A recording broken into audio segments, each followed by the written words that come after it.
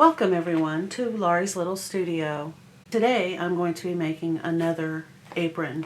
I think I'm going to stick with this style, or this style. They're all basically the same. The difference is the pockets. So I'm planning to use scrap fabric.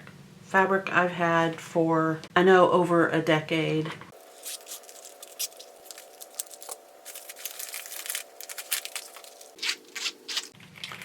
This was a Christmas gift from Candace and Rob. I love it. I think it's made for jewelry, but you know, when you sew, first thing you think when you see something like this is, oh, I now have something I can put my fill in the blank in. Okay, so scrap fabric. I have pieces and parts and leftovers of so much fabric that this is just a small collection of what I've got. What I thought I would do is go through and see what I like together and what I don't like in this mix. I have leftover lace, which I plan to use along the bottom. I have plenty of fabric to make binding. I could either use a solid or I could use a collection. I could just sew a bunch of this together and then cut it into a bias strip. I was going to use this fabric to make this pattern from. I've made it 4 times, I believe, and I never got around to using this fabric. And then I have this fabric. I need to get a pincushion. There's quite a bit of this, and it might be a nice fabric to use for the binding. I'm not sure yet. I have some white. This is really cute. I made a pair of shorts out of this for my sister. This is a Stitch and Sparkle fabric. This I have had for probably 25 years. I bought an entire bolt of it for my shop ages ago, like I said, over 25 years ago. This, I made a skirt for my youngest daughter. This came in a bundle of fabric that I had ordered. I just made an apron out of this. This is another one that I've had since my youngest was, I think maybe 2. I made her a dress out of this. This is pretty fabric. I don't remember where I got it. I bought this to make my daughter a blouse, my youngest daughter. I bought this to make my youngest daughter a skirt. Here's some more white fabric. It's a tone on tone. I think you can kind of tell. In my editing room, I have a lot more lace.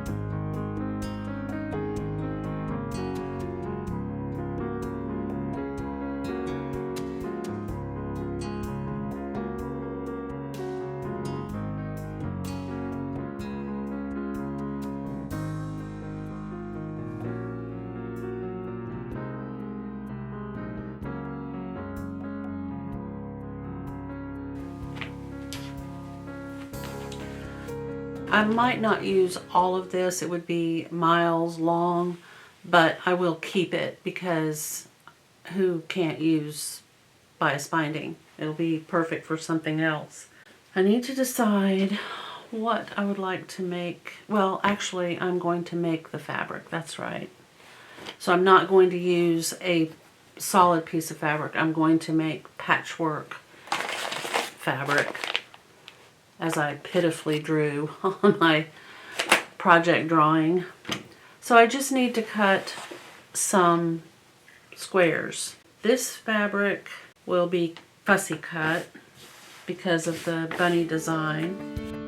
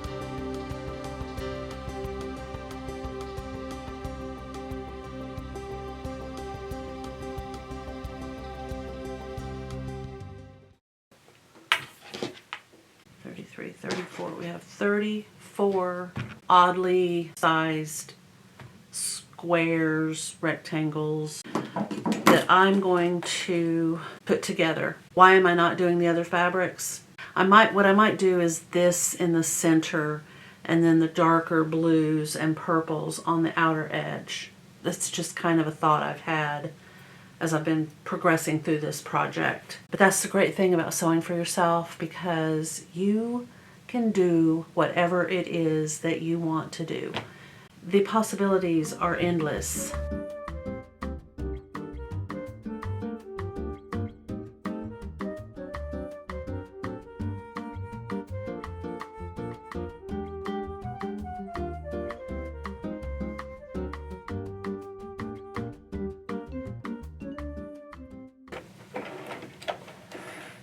Before I wrap up for the day, I want to show you how I'm making this kind of informal roll of bias binding that I will eventually get around to creating actual bias binding. It hasn't been pressed, it hasn't been folded, it's just being put together. So I'm doing white and blue, and the blue has a right side. This is the right side, this is the wrong side. This tone on tone fabric has a right side. This is the right side, and this is the wrong side. You just basically have to look at tone on tone in real life. I'm going to use some blue, and I want a relatively long piece because I'm working with a square end. I need to flip this over to the right side, and I know that it needs to be to the right side because this is the seam right here. So when I flip this over, the right side of the blue will be showing. Take a straight pin. If you have a grid like this, put this on the bottom right of a set of 4 and hold it in place, and then take your pin and pin it just beyond where the X is. You want this to be on this side.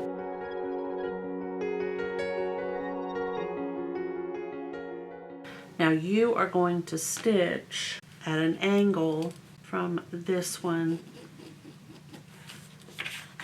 down to this bottom corner down here. If you need to use something to draw your straight line, you can do that. We're going to be stitching so that we're going to be stitching straight off of that little point on the fabric. And you can pin it some more if you need to. Make sure these are lined up straight.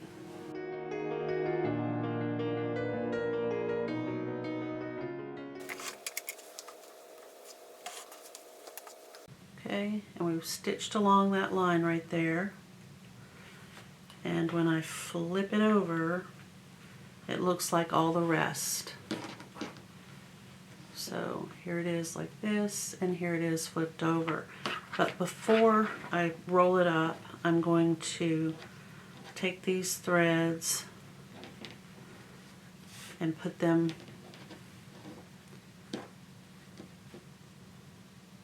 in front of the part that I'm about to cut off, just like that. I'm going to take my rotary cutter and carefully cut that point off. So I get the thread and the extra fabric, and there it is right there. And then I just roll it up. Okay, so now my fabric is pointed. In other words, it's not squared off on the end like this, but it has that point, and it's wrong side facing up. So what I'm going to do is slip this underneath, like so. I want this point to come out just a bit, and this point to be off of my blue fabric just a bit, like so. And if you're not sure that this is the correct way, in other words, if you're not sure that your seam is going to be on the proper side, you can just pin it here and then check it here. So this is the right side of the fabric, and this will be the right side of the fabric. And then you're going to stitch it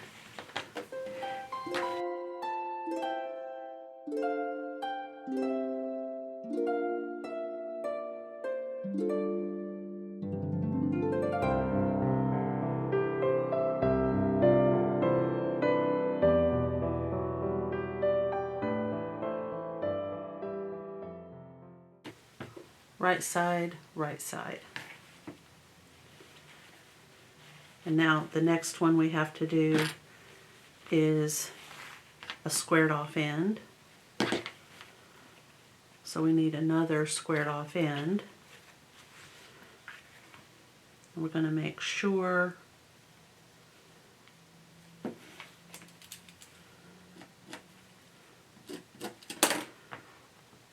If you're not sure if it's going to be the right side of the fabric, the proper side, just pin it and flip it, and if this is the right side, this should be the right side. And when I say right side, I mean the proper up facing, outside facing, pretty side facing fabric.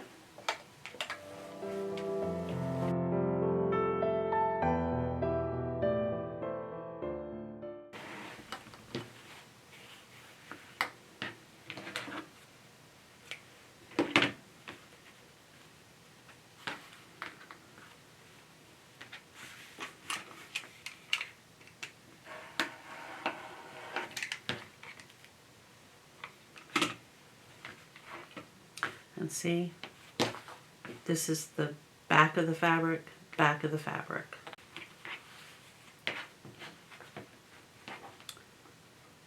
This is an example of all 3 pieces of fabric that I've been using, and then blue and white.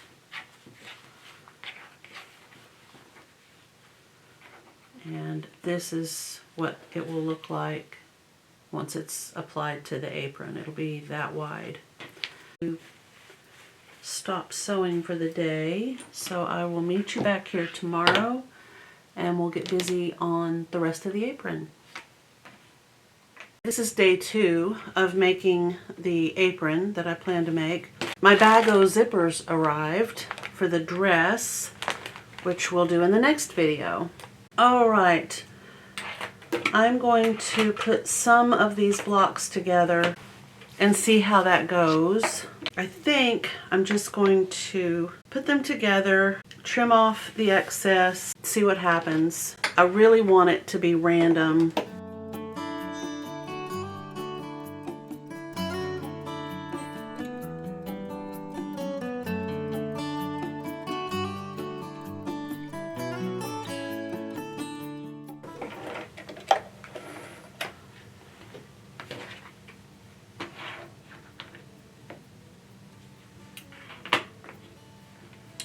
Okay, so this I think is wide enough, definitely. I'll make another one.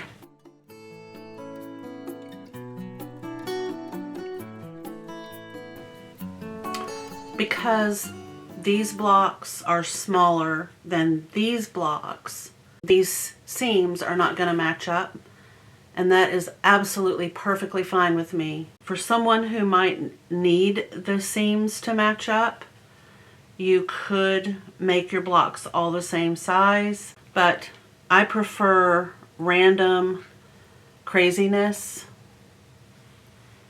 For some reason that just appeals to me. But I am pinning this because I don't think I could get it to stay lined up nice. It's just a little bit too squirrely.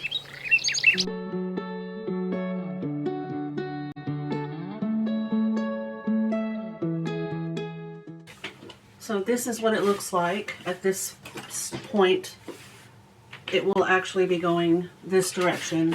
And eventually I will have a large piece of fabric made from all these scraps that I will then cut out my pattern from.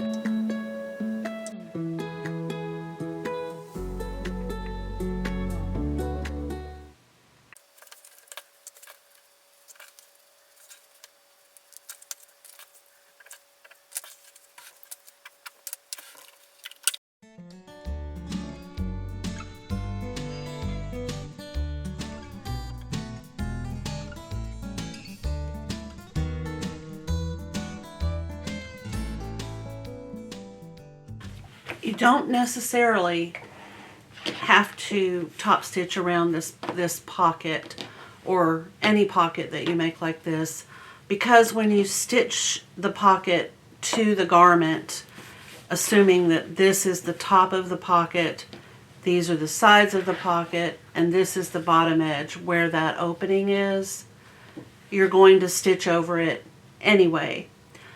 However, let's say that you've stitched it and then you decide, oh wait, I want this hydrangea to be this way. Then you do need to go ahead and top stitch all the way around, because now the opening is at the top. And that's what I'm going to do. And there we go. That's that side, that's that side.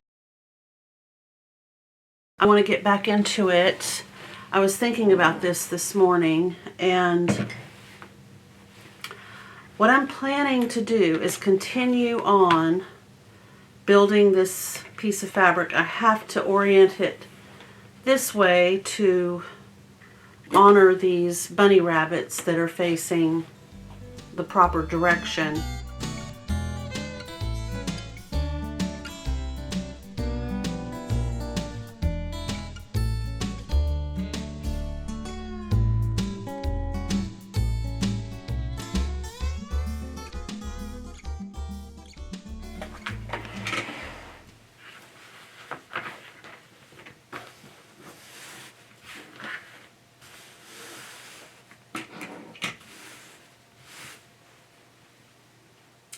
And there it is. So I'm just going to keep doing that. And I'll meet you back here. We have a piece of fabric that we made, and you can either fold it right sides together and put your pattern on, or you can fold it right sides out and put your pattern piece on. Now I'm choosing to do it right sides out. Obviously, I'm going to end up sacrificing these bunnies, but you know, it has to go like this.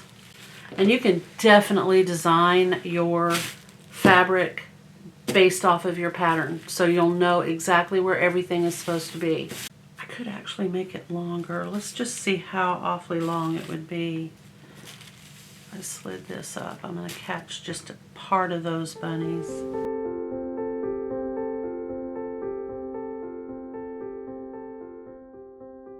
I'm only pinning a few on this folded side because I'm not going to be cutting there. I'm just going to be cutting along this side and this armhole.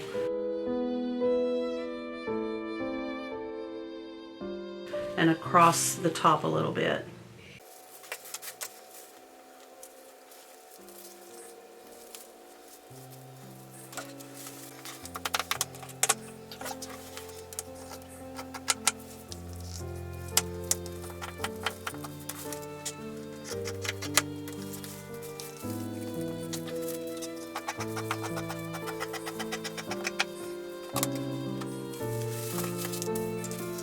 I need to go get the lace that I plan to use to trim this apron with. It's in the editing room.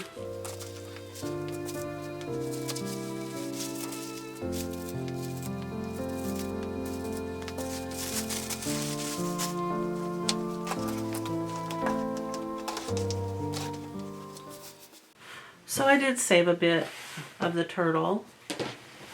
And then I have these bunnies over here. And these bunnies down here in this corner, right there. Here is my pocket. I feel like it needs to go here, so I'm not going to be using the pocket to disguise this area right here, I don't think. Well, maybe. Yeah, the pocket will definitely disguise that. This won't be, this little mess up right here. Right there won't be disguised, and I'll be hemming it and possibly applying some lace to the lower edge. So my next endeavor with the apron is the bias binding that goes around the edges here. Okay, so next, this section right here, not this, but this little bump out right here, is the facing for the top edge, and you just fold it down. Oh, that's going to be cute with that little turtle right there. So I'm going to go ahead and finish this with a zigzag.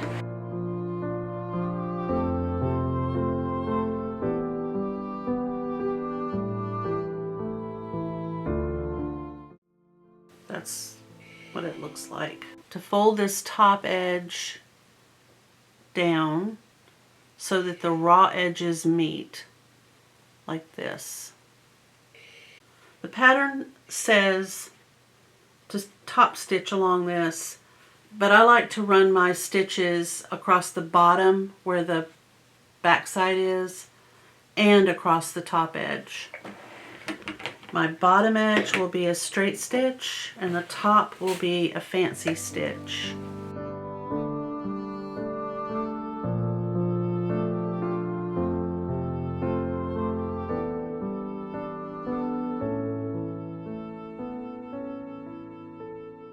Do whatever kind of stitch you want to do across the top.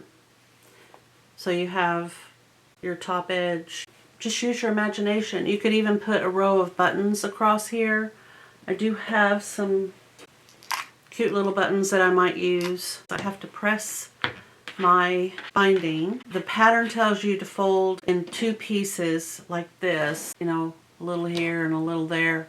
I so prefer to just fold it in half and hit it with the iron and then go back, and I've got a center seam or center fold right there in the middle, and I'll just match up my raw edges with that center, and then I can press that down and then I can press that down. So that's what I'm going to go do. It's a lot of pressing, but it's worth it.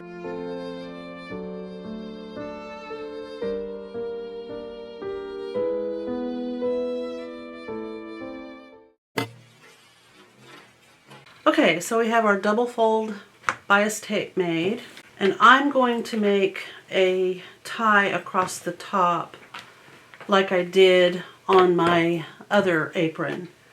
I don't really care for a tie up here. I know I keep drawing it, but that's not what I want. I just want something I can just put over my head and then tie around my waist. This will be different. Now the first thing I have to do is finish this raw end right here, and I'm just going to do that by folding it in, and then wherever I have iron marks I will fold again, and I'm going to enclose the top portion. And because we did bias, it will conform to this shape right here.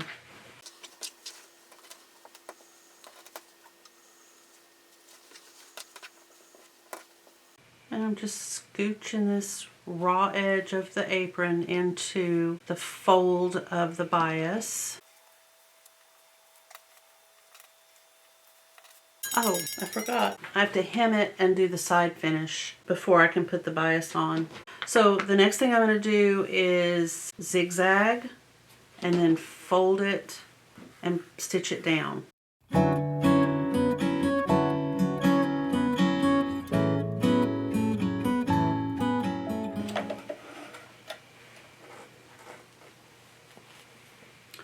So see how the white thread is showing on this side and that teal blue is on the other side?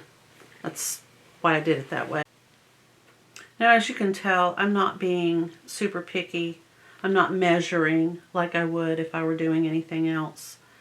But this daisy fabric, it works with me really well. Like, you know, if I wanted to fold down something, it just seems to naturally know what I want. If it were fighting me, I don't think I'd be using it in this project. Okay, so now I'm going to do a straight stitch.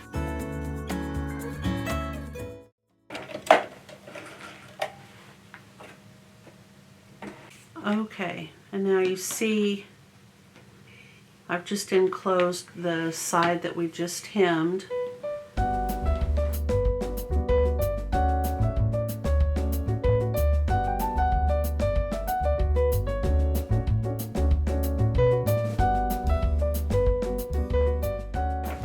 And now you just continue stitching your bias trim together.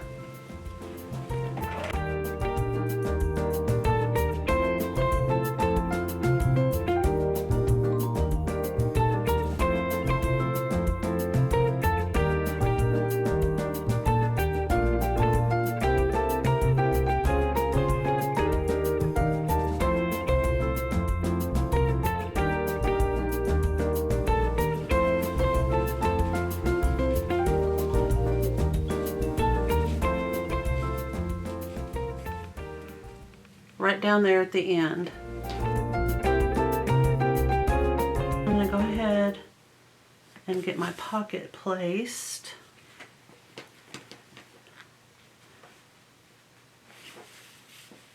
I'm just placing it by eye. To be honest with you, I rarely ever use apron pockets, but I think they're adorable. Okay, so I'm just going to stitch, stitch, and stitch.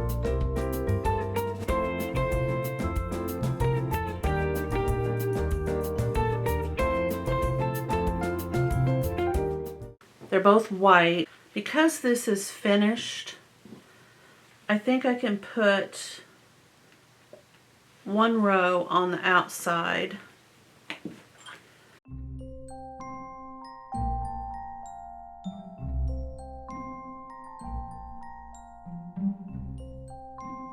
Okay, I need to do the same thing on these cut edges of the lace.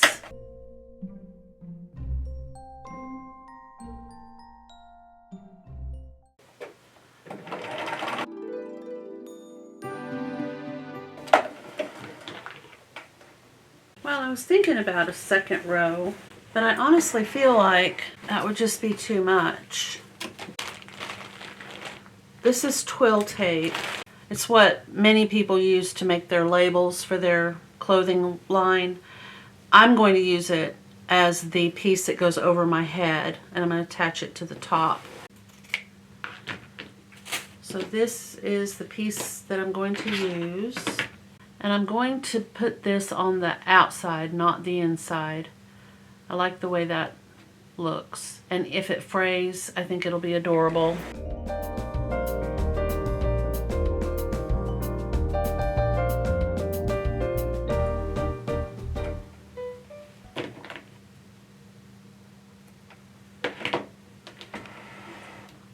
Okay, so that's that. It's all done. I had fun using scrap fabrics to make this apron, and I'm going to use this apron for baking. I'm not going to use it in the chicken coop. But there it is. I have a feeling this is a little bit too long, and if it is, I can shorten it. All right, I love it.